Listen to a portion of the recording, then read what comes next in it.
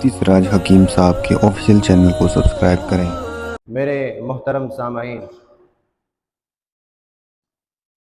آپ کے سامنے جو میں نے ایک آیت تلاوت کی، اس میں اللہ تبارک و تعالیٰ ارشاد فرماتے ہیں کہ پاک ہے وہ ذات جس نے اپنے بندے کو رات کے ایک مختصر حصے میں مسجد حرام سے لے کر مسجد اقصیٰ کی سیر کرائی۔ وہ مسجد اقصیٰ جس کے اطراف میں اللہ تبارک و تعالیٰ نے برکتیں رکھی ہیں۔ یہ سب کچھ اس لیے ہوا کہ تاکہ ہم دکھائیں ان کو اپنی نشانیاں۔ بے شک اللہ تبارک و تعالیٰ سننے اور دیکھنے والی ذات ہے، ہر ایک کی سنتا ہے اور ہر ایک کو دیکھ رہا ہے۔ آپ کو پتہ ہے کہ حدیث پاک میں آتا ہے کہ 3 مسجدوں کی طرف آپ سفر کر سکتے ہو۔ اگر آپ چاہیں کہ میں کسی مسجد کی طرف سفر کروں تاکہ مجھے نماز پڑھنے کا زیادہ ثواب ملے، تو دنیا میں صرف 3 مسجدوں کی طرف آپ سفر کر سکتے ہو، باقی اس کے علاوہ تمام مسجدیں برابر ہیں۔ نمبر 1، مسجد الحرام، جہاں پہ ایک نماز کا ثواب 1,00,000 نماز کا ثواب کے برابر ہے۔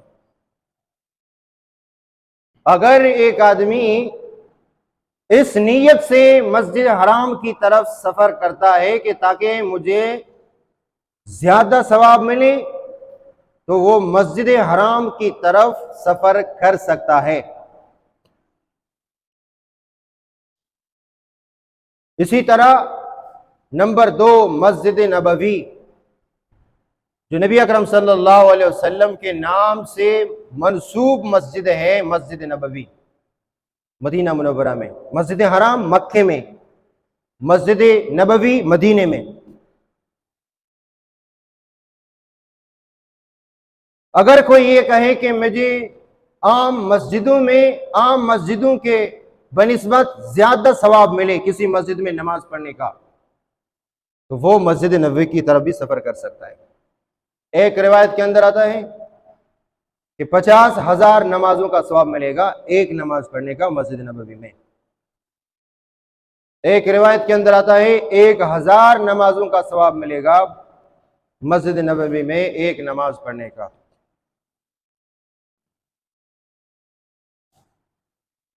اسی طرح تیسری مسجد ہے مسجد اقصیٰ،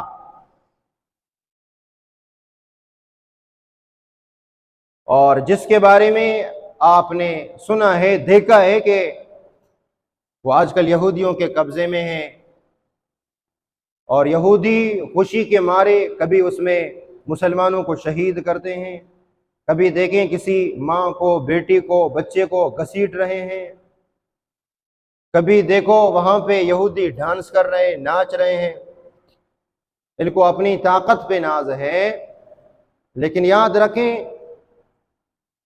یہ تو میرے اور آپ کے لیے ایک امتحان ہے، میرے اور آپ کے لیے امتحان ہے۔ اللہ کے لیے کسی بستی کو، کسی ملک کو، کسی قبیلے کو، کسی دیہات کو ختم کرنا یہ کوئی مشکل بات نہیں ہے۔ ان ذالک علی اللہ یسیر، یہ اللہ کے لیے بہت آسان ہے۔ تاریخ اٹھا کر دیکھیں، کئی بستیوں کو فرشتوں نے، ایک فرشتے نے ایسے پر زمین میں گاڑ کر بالکل آسمان تک لے کر گئے، پھر نیچے پٹک دیا۔ یہ اللہ کی طاقت ہے، بلکہ یہ اللہ کی ایک مخلوق کی طاقت ہے۔ اللہ کی طاقت تو بہت بڑی بات ہے، یہ اللہ کی ایک مخلوق کی طاقت ہے۔ لا تحسبن اللہ غافلا اما یعمل الظالمون، اللہ تبارک و تعالیٰ فرماتے ہیں کہ جو یہ ظالم لوگ کر رہے ہیں اس سے اللہ غافل نہیں ہے۔ آپ یہ نہ سمجھیں کہ یہ جو ظلم ہو رہا ہے اللہ اس ظلم سے غافل ہے، بے خبر ہے، ایسا نہیں ہے۔ اما یعمل الظالمون انما یؤخرهم لیوم، اللہ تبارک و تعالی ایک دن تک ان کو مہلت دے رہے ہیں، اس دن تک ان کو مہلت دے رہے ہیں۔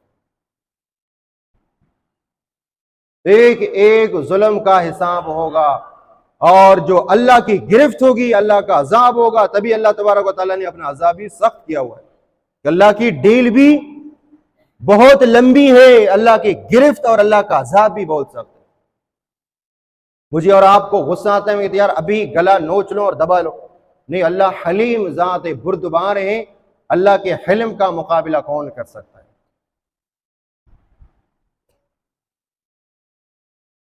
یہ وہ مسجد ہے کہ یہاں پہ ایک نماز پڑھنے کا ثواب کتنا ہے؟ 500 نمازوں کا ثواب ہے۔ مسجد حرام میں ایک نماز 1,00,000 نماز، مسجد نبوی 1,00,000 ایک نماز 50,000، ایک نماز 1,000، اور مسجد اقصی میں ایک نماز کا ثواب 500 نمازوں کے برابر ہے۔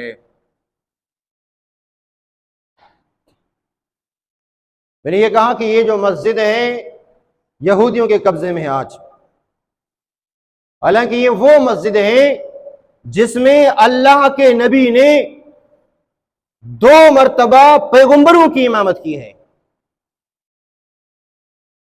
عام بندوں کی نہیں۔ مصلی پہ نماز پڑھانے والا سید الانبیاء، تمام نبیوں کے سردار، اور پیچھے مقتدی بننے والے تمام انبیاء۔ آپ تو یہ کہتے ہیں یہ کیسا ممکن ہوگا؟ اللہ کے لیے ممکن ہے، تبھی تو اللہ تبارک و تعالیٰ نے اسرا یعنی جو معراج کا سفر ہے اس میں سب سے پہلے کیا فرمایا؟ سبحان الذی اسرا بعبدہ، پاک ہے وہ ذات جس نے سیر کرائی اپنے بندے کو لیلن، رات کے مختصر حصے میں، پوری رات میں بھی نہیں، وہ آپ کہیں نہیں 9 بجے سے لے کر رات 6 بجے تک نہیں، صبح 6 بجے تک نہیں، لیلن ایک مختصر وقت میں، رات کے ایک مختصر وقت میں اپنے بندے کو سیر کرائی مسجد حرام سے مسجد اقصی، پھر اس کے بعد 7واں آسمان۔ اللہ تبارک و تعالیٰ نے اس قصے کو بیان کرنے سے، اس واقعہ کو بیان کرنے سے پہلے کیا فرمایا؟ سبحان الذی، سمجھو، سبحان الذی کیا مطلب؟ پاک ہے وہ ذات، سبحان کا مطلب پاک ہے وہ ذات، یعنی آپ کے ذہن میں خیال آ سکتا ہے بڑا مشکل کام ہے، بڑا مشکل کام ہے کہ ایک ہی رات میں یہاں سے مسجد اقصی، مسجد حرام، مسجد اقصی، ہزاروں میل سفر، پھر ایک آسمان، دوسرا آسمان، تیسرا آسمان، چوتھا آسمان، 5واں، چھٹا، 7واں، پھر سدرۃ المنتہا، پھر پتہ نہیں اللہ اپنے حبیب کو کہاں لے گیا، یہ اللہ ہی کو پتہ ہے، کیسے ممکن ہوگا؟ بہت مشکل ہے۔ اللہ نے فرمایا سبحان الذی، اللہ کے لیے کوئی مشکل نہیں۔ بات سمجھ میں آ گئی؟ سبحان الذی یہاں ترجمہ ہوگا، ویسے سبحان کا معنی پاک، پاک ہے وہ ذات، یعنی ہم یہ کہیں یہ تو مشکل ہے، اتنا کام کرنے سے انسان عاجز آ جاتا، اللہ نے فرمایا سبحان، اللہ عاجزی سے پاک ہے، بہت مشکل ہے ایسا کام کرنا، اللہ نے فرمایا اللہ مشکل سے پاک ہے، بہت مشقت والا کام ہے، اللہ نے فرمایا سبحان الذی، اللہ ان مشقتوں سے پاک ہے۔ اللہ کو پتا تھا نا کہ اس طرح کے خیالات آئیں گے ذہن میں، دل میں، دماغ میں، اللہ نے پہلے سبحان کہہ کے تمام اشکالات کو ختم کر دیا۔ تو فرمایا یہ وہ مسجد ہے جہاں پہ اللہ کے نبی نے 2 مرتبہ تمام انبیاء کو نماز پڑھائی۔ اب آپ سوال یہ کرتے ہو کہ نماز تو معراج کے بعد فرض ہوئی، معراج میں فرض ہوئی، ابھی تو اللہ کے نبی معراج جا رہے ہیں، کون سی نماز پڑھائی؟ ایک سوال ذہن میں بنتا ہے کہ نماز کہاں پہ فرض ہوئی؟ جب اللہ کے نبی معراج چلے گئے، تشریف لے گئے، وہاں پہ اللہ نے تحفہ دیا، چلو واپسی میں نماز ہو گئی، سمجھ میں آ جاتا ہے، لیکن ابھی یہاں سے جا رہے ہیں تو اللہ کے نبی کو یہاں سے جو تحفہ ملا، یہاں اللہ کے نبی کون سی نماز پڑھا رہے ہیں؟ ابھی تو نماز فرض ہوئی نہیں، وہ تو معراج میں اللہ نے نماز فرض کی، یہ ابھی تک اللہ کے نبی معراج تشریف نہیں لے گئے، ابھی جا رہے ہیں، ابھی کون سی نماز پڑھا رہے ہیں؟ یہ کوئی فرض نماز نہیں، کوئی واجب نماز نہیں، یہ کوئی اعزازی نماز ہے۔ اعزازی نماز سمجھتے ہو نا کہ یہ اللہ تبارک و تعالیٰ نے بطور اعزاز اپنے نبی کو مصلی پہ امام بنایا، بطور اعزاز کے، نہیں آپ کسی کو اعزاز کے طور پر پھول پیش کرتے ہیں، گفٹ پیش کرتے ہیں، یہ کوئی فرض واجب کچھ بھی نہیں تھا، یہ اعزازی نماز اللہ تبارک و تعالیٰ دنیا کو بتانا چاہتے ہیں کہ میرے حبیب صرف امت کے امام نہیں ہیں، میرے حبیب نبیوں کے بھی امام ہیں، دنیا کو یہ دکھانا چاہتے ہیں۔ بس اس میں دو چیزیں ہیں، ایک تو اپنی طاقت کا اظہار ہے کہ ایک نبی کہاں دفن، ایک نبی کہاں آرام فرما رہے، ایک نبی کہاں آرام فرمائے، شام میں، فلسطین میں، کوئی حرم میں، کوئی کہاں پہ، لیکن اللہ تبارک و تعالیٰ نے ایک ہی رات میں تمام انبیاء کو مسجد اقصی میں جمع کر کے اللہ تبارک و تعالیٰ نے بتا دیا سبحان الذی، یہ بھی طاقت اللہ کے پاس ہے۔ کس کے پاس ہے یہ طاقت؟ اللہ کے پاس۔ ایک تو اپنی قدرت دکھانی تھی دنیا کو، نمبر دو اپنے حبیب کا مقام دکھانا تھا کہ یہ صرف اپنی امت کا امام نہیں ہے، یہ بلکہ نبیوں کا بھی امام ہے، تبھی تو کہتے ہیں امام الانبیاء، نبیوں کا امام۔ اب نبیوں کا امام کا مطلب یہ ہے کہ نبیوں کی امامت کرنے والا۔ معراج کی رات مسجد اقصی میں اللہ کے نبی نے تمام انبیاء کی امامت کری، اور اسی طرح جب آپ صلی اللہ علیہ وسلم معراج سے واپس تشریف لائے تو بھی اللہ تبارک و تعالیٰ نے تمام انبیاء کو دوبارہ جمع کیا، کہاں پہ؟ مسجد اقصی میں، یہاں بھی دوبارہ الوداعی نماز پڑھائی، شروع میں استقبالی نماز اور واپسی میں الوداعی نماز پڑھائی، وہ بھی اسی مسجد میں جو آج غاصب یہودیوں کے قبضے میں ہے۔ اب اس مسجد کو بھی ایک صلاح الدین ایوبی کا انتظار ہے، اور اس مسجد کو بھی ایک عمر خطاب کی ضرورت ہے۔ ہمارے حکمران کہتے ہیں کہ ہم اس چیز کی مذمت کرتے ہیں، ہم اس غاصبانہ ظلم کی مذمت کرتے ہیں۔ بھئی مذمت ہم جیسے لوگ کریں، مذمت ہم جیسے لوگ کریں نا کہ ہمارے ہاتھ میں کچھ نہیں ہے، تو تم لوگ مذمت کیوں کرتے ہو؟ تم مذمت نہیں کرو، تم سے تمہاری طاقت کے مطابق سوال کا جواب ہوگا، تمہاری طاقت کے مطابق تم سے سوال ہوگا۔ ہماری طاقت اتنی ہے کہ بس ہم چار بندوں کے سامنے یہ کہیں کہ ظلم ہو رہا ہے اور ہم اس ظلم کی مذمت بیان کر سکتے ہیں، بس بہت ہمارے حکمران کہتے ہیں افسوس ہو رہا ہے ہمیں، تم سے قیامت کے دن افسوس کے متعلق سوال نہیں ہوگا، جو اللہ نے تمہیں طاقت دی ہے اس طاقت کے بارے میں اللہ سوال کریں گے۔ بات سمجھ میں آگئی نہیں آگئی؟ باقی اللہ تبارک و تعالیٰ اس ظلم سے غافل نہیں ہے۔ میں اور آپ ان معصوم بچوں کو دیکھ کر، ان معصوم ماؤں بہنوں کو دیکھ کر میرے اور آپ کے دل کے اندر کیا گزرتا ہے؟ تو اللہ تبارک و تعالیٰ اپنے بندوں سے 70 ماؤں سے زیادہ مہربان ہے، تو اللہ تبارک و تعالیٰ کو ان کا احساس نہیں ہے؟